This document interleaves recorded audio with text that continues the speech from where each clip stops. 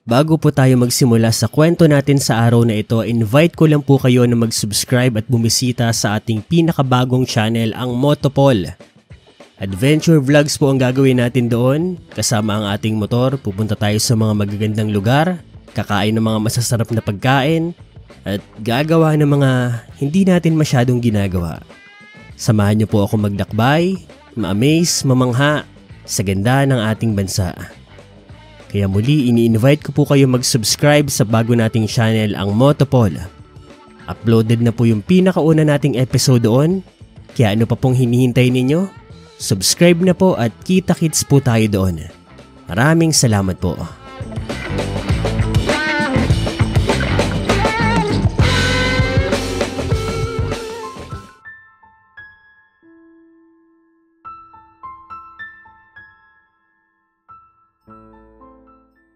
Hello Sir Paul, my name is Linda.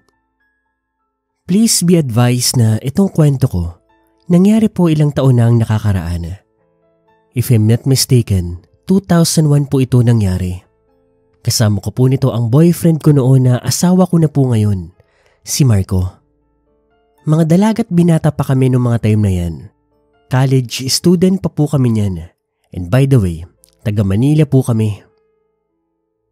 Nangyari din po ang karanasan po na ito sa Cavite, to be exact, sa municipality ng Indang. At kung bakit naman kami napadpadyaan, dahil napilit po ako ng mami ko na magpunta sa isang lamay ng yumaon niyang best friend. Honestly, ayoko sana kasi bakit ako pupunta? Hindi ko naman kakilala yon. Pero yung mami ko kasi may sakit nung time na yun. Nilalagnat at trangkaso, hindi talaga makatayo. Base sa pagkakatanda ko, huling gabi na raw ng lamay nung araw na iyon. At ako, wala naman akong pasok noon kasi sem break po namin sa college. Kung ako ayaw ko, ang mami ko, tumiretso sa boyfriend ko. Wais hindi ba? Ang ending tuloy, hindi nakatanggi ang boyfriend ko. Siya pa nga namimilit sa akin na puntahan yung best friend ni mami. Kaya ang nangyari, no choice. Napilitan kaming magpunta ng Cavite kahit wala kaming kaide-ideya sa lugar. Kasi nga mga taga Manila kami, di ba? At honestly, hindi naman talaga kami nagpupunta sa lugar na yon. Buti na lang po, etong boyfriend ko rich kid. May auto na siya noong mga time na yan. Kaya siya ang nakasama ko sa pagpunta doon sa lugar na yon. Itinuro naman sa amin ng mami ang papunta doon. Pero sabi niya, sa tagal niya na raw kasing hindi nakakapunta sa lugar ng best friend niya, hindi siya sigurado kung tama ba yung instruction niya. Medyo nainis nga ako noon sa kanya. Kasi magtuturo at magpapapunta ng lugar tapos hindi pala alam. Apaka-hassle, hindi ba? Sa mga unang oras wala naman pong naging problema sa biyahe namin. Kahit nandoon kami sa Cavite. Nagsimula sa Bacoor, Imus, Dasma. Madami pang tao dyan. At hindi pa naman po masyadong rural ang aming dinadaanan. Pero pagdating namin ng 13, dito na po nagbago ang sitwasyon. Papunta po kami ng Indang noon. Alam na rin namin kung paano kami makakapunta doon. Pero yung eksaktong baryo na tinutukoy ni mami, walang makapagturo sa amin. Ang plano namin, kapag nakarating kami ng bayan ng Indang, doon na lang po kami magtatanong. Lumipas sa mga sandali, narating na rin po namin sa wakas ang bayan ng Indang. At nagtanong kami doon sa isang tricycle driver at itinuro sa amin ang papunta doon sa baryo na iyon. Mag-iingat kayo, Ineng. Huwag kayo mamamali ng liko. Sige po kuya, salamat po. Ako ang nakausap ng tricycle driver kasi sa bandang right side po siya. Agad naman dumiretso ang boyfriend ko. Natandaan mo ba yung daan, babe? Oo. Diretso lang daw tayo dyan. Ako ang nag-instruct ng ruta namin. Dire-diretso kami. Lumiko, kumanan, kumaluha. Yung dinadaanan namin noon napakaliblib. One way nga lang ito. Kalsada naman. Pero yung paligid namin noon puro puno. May mga crossing din kaming dinaanan. Pero maya-maya, kaliwa at kanan na daan ang tumambad sa amin. Ano babe, kanan o kaliwa? Naku, nakalimutan ko babe. Ay naku, sabi ko na dapat ako yung kumausap eh. Dapat talaga binaba ko na. Naku babe, sorry. Ano nga, kanan kaliwa? Sige, kanan na lang. Sigurado ka? Sige, kaliwa. Oo, kaliwa yon. Inis na lumiko ang boyfriend ko. Kumaliwa nga siya. Dire-diretso kami sa Repol. Yung daan paliblib ng paliblib. Puro puno lang ang makikita. Wala na rin kaming kabahayan na nadadaanan noon. Sa mga unang sandali kasi, may mga bahay pa kami nadadaanan kaya kahit papaano, okay pa pero doon, as in wala na talaga. Ultimo kawad ng kuryente wala. Kaya napakadilim. Ilaw lang din ang sasakyan yung nagsisilbi naming liwanag noon. Sa totoo lang kinakabahan at natatakot na ako noon. Mali yata yung nadaanan natin na to eh. May naglalakad oh. Nakikita mo ba? Oo. Magtanong ka na lang babe. Sorry talaga. Binilisan ng boyfriend ko ang pagmamaneho. At di nagtagal, inakasabay na po namin yung lalaki. Sakto na sa left side siya naglalakad kaya boyfriend ko na ang kumausap sa kanya.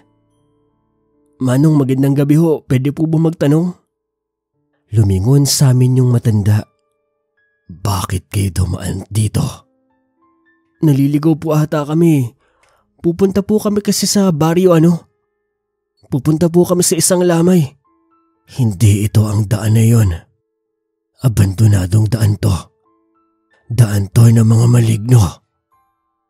Mabuti pa bumalik na kayo. Pagkatapos po nun, Sir Paul, dahan-dahan lang pong naglakad yung misteryosong lalaki. Imbis na dumiretso siya, kumaliwa siya at pumasok siya sa kakahuyan. Kami naman, kinilabutan at nawirduhan syempre. Gusto na sanang bumalik noon ni Marco kasi hindi siya makapagmaniobra kasi yung daan saktong-sakto lang para sa isang kotse. Ang nangyari ay kinailangan pa naming dumiretso kasi maghahanap kami ng pwedeng mamaniobrahan. Pero lumipas po ang mga segundo. Dumating kami sa pinaka-dead end noong kalsada. Buti may sapat na espasyo yun pero mahirap pa rin. Pakadyot-kadyot ang pagmamaniobra ni Marco. Makalipas ang ilang sandali, nakapagmaniobra na rin sa wakas si Marco. Kaso, nung nakabalik na po ang sasakyan namin pabalik, doon sa harapan, meron po kaming nakitang kung anong anino. Nasa gitna po ng kalsada, anino siya ng malaking tao, Sir Paul. Hindi ko alam kung namamalikmata lamang ba kami. Pero, kitang-kita yun sa liwanag ng sasakyan ni Marco. Tao po siya na malaki. Pero para lang siyang usok na naglalakad papalapit sa amin. Babe, ano yan? Hindi ko alam. Anong gagawin mo? Teka, yan yata yung sinabi ng matandang lalaki ah. Sigurado ka ba? Sandali. Humawa ka. Anong gagawin mo? Hanggang sa nagulat na lamang ako, Sir Paul. Nang pinaharurot po ni Marco ang kanyang sasakyan, mabilis na takbo. Hanggang sa nagulat na lamang ako nang binangga niya po yung anino. Akala ko nga po magkakaroon ng impact. Pero tumagos lang po siya doon sa kotse, Sir Paul. Pero alam niyo ba, nung pagkakataon na nagkatama po kami, may naramdaman po kaming parang kuryente sa aming katawan. Malamig na masakit na mainit. Basta, naramdaman talaga naming may something. Kaya nasisiguro namin na talagang nandoon siya. Ang kaso, Sir Paul, tumagos lang siya ng basta-basta. Hindi po nagtagal ay nakabalik kami doon sa daan na nilikuan namin. At sa pagkakataon na yun, doon na po kami sa kanan na likuan. At sa awa naman po ng Diyos, may mga bahay na po kaming nakita at makalipas ang ilang mga minuto, ay nakita na rin po namin sa wakas yung lamay ng best friend ng mami ko. Pagdating namin doon, inaasahan na pala nila kami. Tinanong nila kami kung bakit doon tagal namin at sinabi naman namin nakarating kami sa daan na iyon. At doon na po nila sinabi sa amin yung misteryo ng daan na iyon. Ang sabi nila, yung daan daw na iyon papunta pa sa ibang daan. Kumbaga parang bypass road daw yun. Ang kaso hindi na naituloy kasi habang ginagawa daw yun ng mga construction worker o mga kontraktor, sunod-sunod daw na nagkakasakit yung mga construction worker.